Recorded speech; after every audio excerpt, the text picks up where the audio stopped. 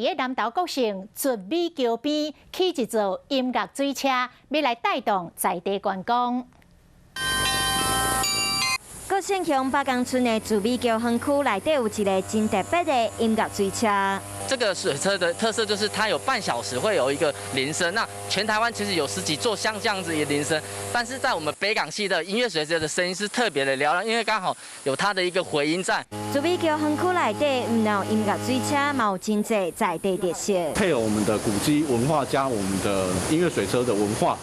那来打造我们的整个产业，不管是休闲产业，或是我们在地的，稻米产业、香茅产业跟咖啡产业。这边我们也有我们福信乡有特别著名的咖啡鹿茸，还有其他农特产品。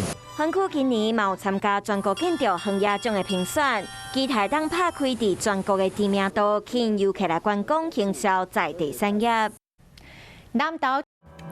生生不息，宏观视野，我是申宏。想要看体育新闻，就要赶快看华视新闻，赶快按赞、分享、开启小铃铛哦。